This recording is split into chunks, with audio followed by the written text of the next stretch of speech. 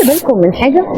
كان في حد زمان قوي قال لي المعلومه دي، والنهارده انا كل مره باجي المسجد بقعد ابص واركز عليها.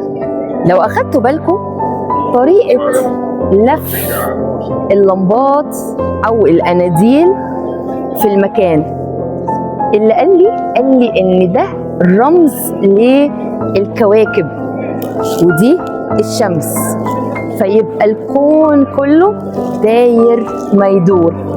يا ترى النهارده وانا بعد بفكر بقول هل مثلا كان محمد علي عايز يقول انه مالك الكون كله، ولا انه مثلا شايف العالم، ولا عشان طبيعة العثمانيين كانوا عندهم فكرة ان هم يروحوا للفضاء او يدرسوا الفضاء والسماء والنجوم والخ الخ. مش عارفه، اعتقد احنا محتاجين نروح لمحمد علي عشان نساله السؤال ده.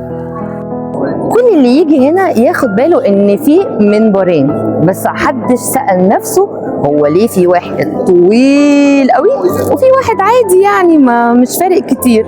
الحقيقه المهندس اللي عمل ده عملها عشان خاطر محمد علي، اصل محمد علي كان قصير فكان عايز يحسسه يعني ان هو يعني حاجه كبيره وعظيمه وما يحسش باسره، عشان كده عمل له المنبر ده. سوى طبعا محمد علي يا عيني اتكل على الله وما لحقش، وبعد كده عملوا بقى العادي علشان يطلعوا عليه يقولوا الخطبه عادي جدا.